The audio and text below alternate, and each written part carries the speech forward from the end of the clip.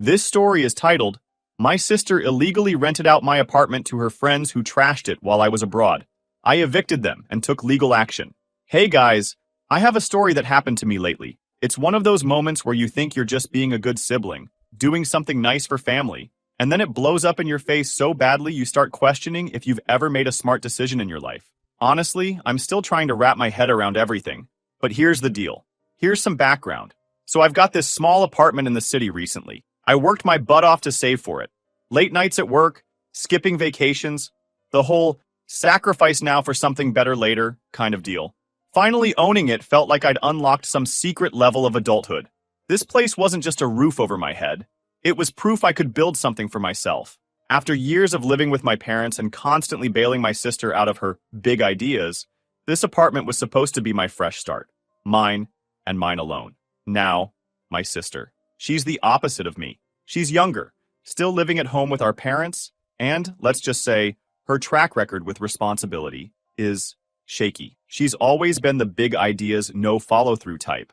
Growing up, she was the one who convinced me to join her schemes, like selling lemonade on a day it rained, or trying to train our dog to skateboard. I'd usually clean up after her messes, and somehow, she'd always charm her way out of trouble. And it wasn't just childhood stuff.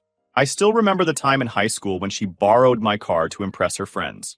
She came back hours later with a dented bumper and the gas light blinking. I was furious, but she just laughed and said, "Chill, it's not a big deal." My parents made her apologize, but nothing ever came of it. I ended up paying for the repairs myself. Back then, I let it slide because she was my little sister. But her last incident was on a whole different level. So, a few months ago, she started dropping hints about how cool my place was and how she'd love to hang out there. At first, I thought she was just being complimentary, but then she outright asked if she could use it sometimes to hang out with her friends. "It's so close to everything," she said. "It'd be perfect for a weekend chill spot." Now, I don't know if it was my guilt from being the successful sibling or just my stupid trust in family, but I said yes. The rules were simple. No strangers, no parties, and keep it clean. She promised she'd respect the place and even called me the best ever. Anyway, fast forward to when I got a short-term gig teaching overseas for 2 months. Before I left, I told her she could stay over occasionally if she needed a break from home. Same rules applied, no strangers, no mess. She agreed with a smile. My parents even chimed in with their usual, "She looks up to you so much. It's good you're helping her." Well, I got back a couple of days ago, and honestly, the nightmare started before I even got inside. The door wasn't locked, it wasn't even closed properly. It was slightly ajar, just enough to make my stomach drop. My first thought was, did someone break in? My heart was already racing as I pushed it open, and I can't even describe the smell. You know that rank combination of stale cigarettes, greasy old pizza, and just pure filth? That's what smacked me in the face. For a second, I just stood there in shock, trying to process it. I wasn't prepared for what I was about to see. My living room looked like it had hosted a week-long frat party, and no one bothered to clean up. Trash was everywhere, and I mean everywhere. Empty pizza boxes were stacked up like some kind of trophy corn. Fast food wrappers and crumpled up napkins littered my coffee table. There were random socks, actual dirty socks, just lying around on the floor like decoration. My couch, the one I spent weeks saving up for, was stained with God knows what, and my coffee table had a big chunk missing from the corner. It hit me even harder because I've always been meticulous about my place. I used to keep it spotless. Vacuumed floors, dusted shelves, the works. It wasn't just clean, it smelled good too. I liked coming home to the subtle scent of lavender from the diffuser I kept in the corner. It was my little sanctuary, a place that reflected the effort and care I put into my life. And now, standing there, looking at the mess and breathing in the stench, it felt like all of that effort had been spat on. It wasn't just a mess, it was a complete violation of everything I had worked so hard to create. And then someone said, "Hey man, who are you and what are you doing in here?" I turned and there was some random dude sitting on my couch, in my apartment, looking at me like I was the intruder. Behind him, a girl was lying down, scrolling on her phone like this was just another day. "Who am I?" I snapped. "Who are you?" The guy blinked like I was speaking a foreign language. "We rented this place from your sister," he said, all casual, like this was the most normal thing in the world. I felt like my brain short-circuited. "You rented it?" I asked, my voice getting louder. "From my sister? This is my apartment." The girl finally looked up from her phone. "Yeah, we paid rent to her. It's our place now." At this point, I didn't even know how to react. My sister rented out my apartment? To strangers? Without even telling me? I told them they needed to leave immediately, but the guy just shrugged and said, "We paid for the month. We're not going anywhere. We have a right to stay." Oh, hell no. I told them I was calling the cops if they didn't pack their stuff and get out. The girl rolled her eyes, but she started gathering her things. The guy muttered something about scammy landlords as they left, which almost made me lose it. Once they were gone, I finally had a moment to take it all in.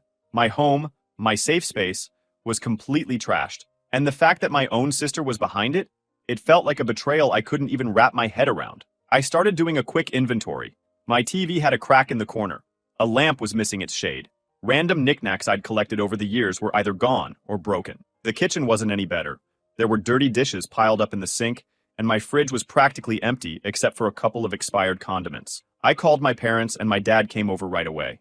He's not the type to get angry easily, but when he saw the state of the apartment, he was livid. "How could your sister do this?" he kept saying, pacing around the living room. My mom showed up too, and she just looked horrified. "This isn't like her," she said, but I wasn't so sure. When I finally called my sister, she answered like nothing was wrong. "Oh, hey, you're back! How was the trip?" I didn't even let her finish. "What did you do to my apartment?" I demanded. She paused for maybe half a second before saying, "Oh, don't freak out. I was going to clean up before you got back." "What do you mean clean up? Strangers were living here. My stuff is ruined." "Relax," she said, in that breezy tone she always uses when she's trying to downplay something. "It's not a big deal. They paid me to stay there. It's not like they were there for free." I couldn't process the audacity. She didn't just let her friends crash at my place. She rented it out. She made money off my apartment without even asking me. I told her to come over that night to explain herself. In the meantime, I started taking pictures of everything. The mess, the damage, the missing items. I didn't know what I was going to do yet, but I knew one thing. This wasn't going to be brushed off as a small mistake. So she showed up that night. Not with an apology, not with any hint of regret, but with this ridiculous, oops, my bad vibe like she was a kid who forgot to put the milk back in the fridge. She walked in, glanced around, and wrinkled her nose like the mess offended her. "Wow," she said, tossing her bag onto my already trashed coffee table. "They really didn't clean up, huh?" I stared at her, waiting for some kind of acknowledgement that she'd royally screwed me over. When none came, I said, "This is your mess. How dare you rent my apartment out without even asking me? What were you thinking?" She shrugged. "It wasn't a big deal," she said, sitting down on the very couch that now smelled like it had been marinated in grease and despair. "I mean, they were just crashing here for a bit, and I needed the extra money." "What the shit are you talking about?" I paused, trying to collect myself. "Well, excuse me for not turning my apartment into your personal ATM. You didn't even ask." She rolled her eyes, which, honestly, just about sent me through the roof. "You were gone for 2 months, she said, as if that explained anything. "You weren't even using it. It's not like it hurt anyone." I pointed to the cracked TV, the stained couch, and the general disaster that was my living room. "Not hurting anyone? Look at this place. My stuff is ruined. You let random strangers trash my home, and you think it's no big deal?" That's when my dad, who'd been sitting quietly at the dining table watching us fight, well, quietly for him, he'd been muttering under his breath the whole time, finally spoke up. "This is not okay, and you know it," he said. "You had no right to do this. It's illegal, and it's disrespectful to your sister." My sister actually had the audacity to laugh. "Illegal? Come on, Dad. It's not like I broke into his place. I had a key. A key I gave you to visit, not to rent out my apartment to strangers," I shot back. "You didn't just cross a line. You bulldozed over it, reversed, and went over it again for good measure." She sighed like we were wasting her time. "Okay, fine," she said. "They trashed the place. I'll clean it. What's your problem?" I couldn't believe her. "Are you actually this stupid?" I started screaming at her. "Cleaning up isn't going to magically fix my broken TV or replace the stuff that's missing," she scoffed. "Oh my God, chill out. It's just stuff. You're so dramatic." That's when my mom, who'd been sitting there stewing, finally cut in. "Wait, missing? What's missing?" "Some electronics," I said, gesturing toward where my speaker used to sit. "A lamp. A couple of personal things I haven't even been able to go through everything yet." My sister waved it off. "Oh, come on. You probably just misplaced stuff before you left. It's not like anyone stole anything." I couldn't believe what I was hearing. "How would you even know? You weren't here. You rented the place out to strangers and turned your back, as if it's your own place to do what you want. They could have taken anything they wanted." My dad's face was getting redder by the second. "You took money from these people?" he asked, his voice tight. "Yeah," she said, like it was obvious. "I mean, they didn't stay for free." "How much?" he asked. She hesitated, then mumbled a number that was so embarrassingly low, It almost made me laugh. You rented out my entire apartment for that? I said. You didn't even cover a fraction of the damage they did. I needed the money, she said again. Like that justified everything. For what? I demanded. What was so important that you thought you could just sell my apartment behind my back? She looked away, muttering something about bills and stuff, which I didn't buy for a second. Knowing her, it probably went to takeout and shopping sprees. At that point, my dad lost it. He slammed his hand on the table, making everyone jump. You're going to pay for this, he said, pointing at her. All of it. The damages, the missing items, every single thing you owe your sister. Her jaw dropped. I don't have that kind of money, she said with an attitude. Then you'd better figure it out, he snapped. What do you expect me to do? Pull it out of thin air? She shot back, her tone getting defensive. I expect you to take responsibility for your actions, he said firmly. Responsibility? You're acting like I robbed a bank. It's just an apartment. It's my apartment, cutting her off. And you stole from me. You stole my trust, my space, and now my stuff. Don't you dare act like this is no big deal. For a moment, she looked like she was about to argue again, but instead, fine, I'll figure it out, she said, standing up. But you're making this way more dramatic than it needs to be.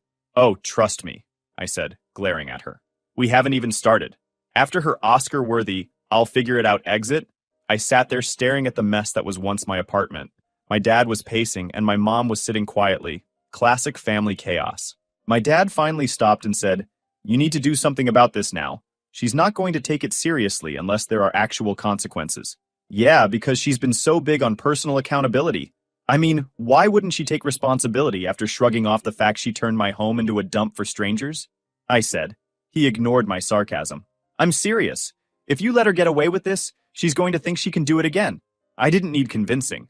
I knew she wasn't going to magically wake up the next day and decide to be a responsible human being. She'd already proven that when she acted like renting out someone else's apartment was as normal as lending a friend a pen. But still, it's not exactly easy to wrap your head around suing your own sister. I started snapping pictures of the wreckage, like I was building a case file. The couch, the cracked TV, and there was a random sock in the kitchen. I took a picture of that too, because at this point, why not? I wasn't leaving anything undocumented. At some point, I remembered our texts and thought, if she's this reckless, she probably said something stupid too. Sure enough, scrolling through, I found it. A text from her, bragging about how she was making easy cash while I was gone. Easy cash? My apartment was a landfill, and she had the audacity to act like she'd pulled off a genius business deal. I mean, that couch alone was going to cost $1,200 to replace. My TV? Another $500 minimum, assuming I could even find the same model. Cleaning the carpets to get rid of the smell of stale beer and cigarettes would be another $300. And that wasn't even including the missing items. I called my dad's lawyer friend after that. He ranted to him about the damages and her illegal sublet. Then he told me, this is trespassing, property damage, and theft. You've got a case. Hearing the word theft stung more than I expected. It wasn't just about the stuff that was missing.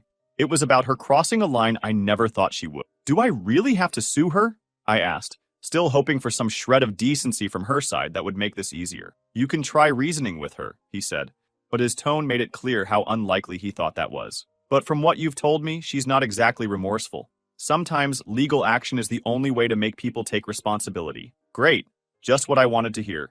Meanwhile, my sister decided to up her game in the I'm Not Sorry Olympics. She texted me later that day, asking if I could stop being so dramatic. Yes, I'm the dramatic one here for being mad that my home got turned into a crash pad for random strangers. She even had the nerve to say, it's not like anything's that broken. I didn't respond. Not because I didn't have a million things to say, but because I was so angry, I didn't trust myself to type coherent words. But I sent her a simple message. We need to talk. Bring a plan for how you're going to fix this, or I'll have to take legal action. She didn't reply. Classic avoidance tactic. By the next morning, I'd officially filed a police report.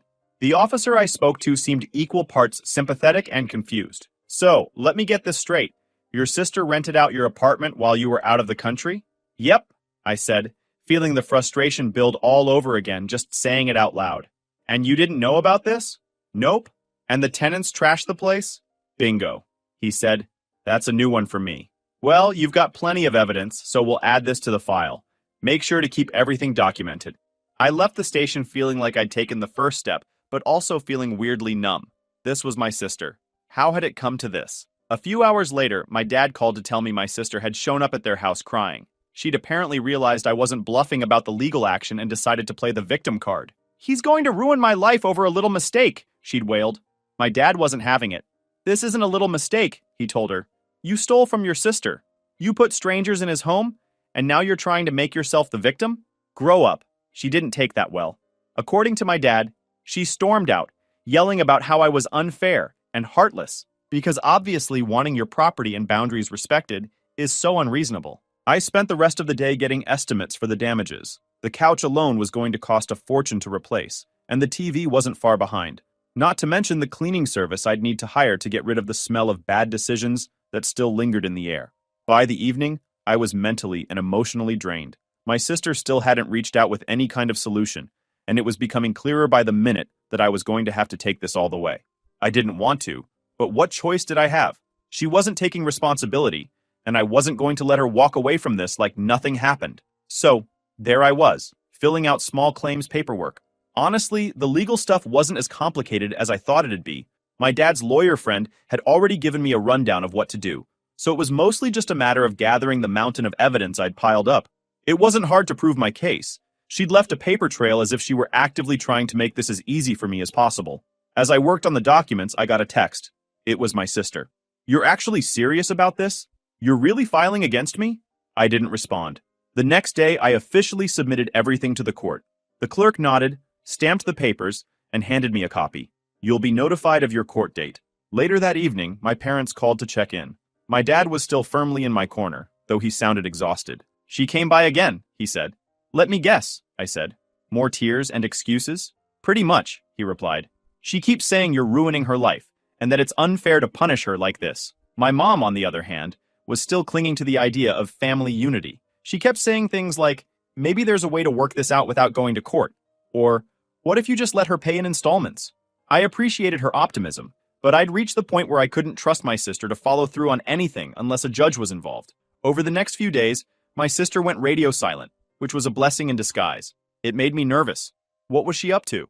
Was she actually coming up with a plan to fix things? Or was she just hoping I'd back down? About a week later, I got a call from my dad. "You're not going to believe this," he said. "Oh, I bet I will," I replied, bracing myself. "She's claiming you gave her permission to rent the apartment out." "Are you kidding me?" "Nope," he said. "She even showed me a note you supposedly wrote saying it was okay." I had to sit down. "A note? Like a physical note?" "Yeah," he said. "But it's clearly not your handwriting. It looks like she wrote it in a hurry, probably with a crayon or something." I groaned. "She's actually trying to forge permission? Does she think this is going to hold up in court?" "Who knows what she's thinking," he said. "Just make sure you bring it up when you present your case." Honestly, at this point, I wasn't even angry anymore. But if she wanted to play games, fine. I was ready. The court date finally rolled around, and let me tell you, it was an experience. My parents came with me for moral support, and I was more grateful than I wanted to admit. My sister showed up too, with some bargain basement lawyer who looked like he'd been paid in Monopoly money. She had the audacity to act like this was a personal betrayal, like I was the bad guy for wanting my life back in order. Her lawyer tried to argue that we had a verbal agreement allowing her to rent the place out. The judge wasn't buying it. "Do you have any evidence of this agreement?" she asked. The lawyer stammered something about the note, but when the judge saw it, she said, "This is your proof?" "It's, a little rushed," the lawyer admitted. "A little rushed?" I said, unable to stop myself. "It's fake. I didn't write that, and anyone with eyes can see that." The judge said, "Agreed. This note is not credible evidence." From there, it was like watching a slow-motion train wreck. I presented my photos, receipts, and texts, all neatly organized thanks to my newfound hobby of amateur litigation prep. My sister and her lawyer didn't stand a chance. When the judge ruled in my favor, my sister looked like she'd been hit in the face. She was ordered to pay for the damages, replace the missing items, and cover my legal fees. It wasn't a small amount, and she clearly hadn't been prepared for this outcome. As we left the courtroom, she muttered something about how I was heartless and how she'd never forgive me. I didn't even respond. At this point, I didn't have the energy. My dad stood by me, and I couldn't be more grateful. "You did the right thing." "Yeah," I said, though it didn't feel like much of a victory. Now, all that was left was waiting to see if she'd actually pay up. Knowing her, that was going to be another battle entirely. However, the first week after the judgment, I didn't hear a peep from her. No calls, no texts, nothing. I thought maybe, just maybe, She was busy figuring out how to pay what she owed. Huh. As if. Instead, I got a call from my dad. She's saying she doesn't have the money. She's asking if we can loan it to her. He said I actually laughed. Like I couldn't stop myself. Let me get this straight, I said. She rents out my apartment without asking, leaves it trashed, and then thinks you two should bail her out? She says she's desperate, my dad replied, clearly torn. Desperate? She wasn't desperate when she pocketed the rent money, was she? I shot back. My dad sighed. I told her no. But you know your mom. Ah, yes, my mom. The eternal optimist who somehow still believed there was a good kid hiding somewhere inside my sister's chaos. Sure enough, an hour later, my mom called. Maybe we can help her just this once, she started. No, I said, cutting her off. Mom, you can't keep enabling her. She'll never learn if she thinks you'll swoop in every time she screws up. But what if she really doesn't have the money? Then she can figure it out, I said firmly. She created this mess. She needs to fix it. Of course, my mom wasn't thrilled with that answer, but I stuck to my guns. This wasn't just about the money. It was about teaching her a lesson, one she clearly hadn't learned yet. A few days later, I got a text from her. Not an apology, not even a hint of remorse. Just this. Can we talk about a payment plan? I can't pay everything at once. Payment plan? For what? This wasn't a car loan or a Netflix subscription. This was her debt for wrecking my life for 2 months. But fine. I agreed to meet her. I figured maybe, just maybe, she was starting to take this seriously. We met at a coffee shop near my apartment. She showed up late, of course, and immediately launched into how unfair the judgment was. I mean, I get that you're upset, she said, but don't you think the court went a little overboard? It's not like I burned the place down. I stared at her, genuinely speechless. Are you seriously trying to argue that this isn't a big deal? You rented out my apartment to complete strangers. My stuff is broken, things are missing, and I've spent weeks cleaning up after your mess. Okay, but I didn't think it would turn out like that. She seemed defensive. Of course you didn't think, I snapped. That's the problem. You never think about how your actions affect other people. She rolled her eyes. Fine, whatever. I said I'll pay. I just can't do it all at once. I took a deep breath, trying to keep my cool. How much can you pay now? She shrugged. I don't know. Maybe a couple hundred? That won't even cover the cost of the cleaning service, let alone the damaged furniture. I was stunned by her nonsense. Well, it's all I have right now, she said, as if this was a negotiation. Then you'd better start budgeting, I said, standing up. Because I'm not letting this drag out for years. Over the next few weeks, she started making payments. Barely. It was like pulling teeth to get anything out of her, and every payment came with some snarky comment about how I was bleeding her dry. I got sick of it all. Ick. One day she accidentally sent me a Venmo payment labeled as, for my greedy sister. Oh yeah, super mature. I didn't even bother responding. Meanwhile, my parents were stuck in the middle. My dad, bless him, was firmly on my side, but my mom was still trying to play peacemaker. Maybe you could forgive part of the debt, she suggested one night over dinner. I told her, Mom, this isn't Monopoly money. It's real damage to my apartment. I'm not just letting it go. I know, she said quietly, but she's your sister. She stopped being my sister the second she decided to make money off my apartment, I said. Okay, maybe that was harsh, but I was done sugarcoating things. Family doesn't give you a free pass to screw people over. So here's where I am right now. I'm waiting to see if she takes accountability or digs herself a deeper hole. Either way, I'll keep you updated because this is far from over. Stay tuned. Final update. Hey everyone, here's the update you've been waiting for. Remember that disaster with my sister and my apartment? Well, after months of back and forth, dodged responsibilities, and her usual passive-aggressive antics, we finally reached some kind of ending. Sort of. She ended up short by a couple $100, but at that point, I honestly didn't care. I just wanted it all to be over. The last payment came through with a Venmo caption that read, "There, you happy now?" Which was so on brand for her that I almost laughed. Almost. Instead, I just marked the debt as settled and went back to focusing on getting my life back to normal. Now, here's the thing about normal. You don't just snap your fingers and go back to the way things were, especially when someone has stomped all over your trust like it's a doormat. My apartment might have been fixed, but the cracks in our relationship were another story entirely. My mom kept pushing for some kind of reconciliation, saying things like, "She's your sister, and family is forever." Yeah, well, so is the trauma of walking into your home and finding strangers living there, I'd reply, which she didn't find as funny as I did. A week after her final payment, she sent a message. So, are you going to unblock me now, or what? Unblock her? As if this was some minor argument about who ate the last slice of pizza and not a months-long ordeal involving lawsuits and a wrecked apartment. I figured if she couldn't be bothered to say I'm sorry after everything, then she didn't deserve a reply. But of course, she didn't take the hint. A few days later, she showed up at my apartment, which was a bold move considering she'd lost all key privileges the moment I had to call the cops on her tenants. "What do you want?" I asked, standing in the doorway like a bouncer at a club she wasn't cool enough to get into. She rolled her eyes. "I just want to talk. Can I come in?" "Not a chance," I said. "Say what you need to say from out here." She crossed her arms and let out this dramatic sigh, like I was being the unreasonable one. "Look, I know I screwed up, okay? But do you really have to keep holding it over my head? It's not like I murdered anyone." Oh, great. The classic, "it could have been worse" defense. I leaned against the door frame and said, "You didn't murder anyone, but you did steal my trust, trash my apartment, and force me to go to court to get my money back. So, yeah, I think I'm allowed to be a little annoyed." She looked embarrassed, which was honestly more satisfying than it should have been. "I already paid you back," she said, her tone defensive. "And that makes it all better?" I asked. "Do you even realize how much stress you put me through? How much time and energy I wasted cleaning up your mess?" She just said, "So what? You're never going to forgive me?" "I don't know," I said honestly. "Forgiveness isn't a switch you can flip. It takes time. And right now, I'm not there yet." She didn't like that answer, but instead of arguing, she just muttered, "Fine, whatever," and left. After that, I didn't hear from her for a while, which was both a relief and kind of sad. Despite everything, she was still my sister, and part of me wanted to believe she'd eventually get her act together. But I wasn't holding my breath. Meanwhile, my parents kept trying to play referee. My mom suggested we all go to family counseling, which I immediately shot down. "I'm not paying a therapist to listen to her make excuses for an hour," I said. My dad, bless him, just said, "If anyone needs counseling, it's her." Life slowly started to feel normal again. I replaced the last of the damaged furniture, deep cleaned every inch of the apartment, and even redecorated a bit to make the place feel fresh. It was like hitting a reset button, not just on the apartment, but on my own peace of mind. For now, I'm just focusing on moving forward.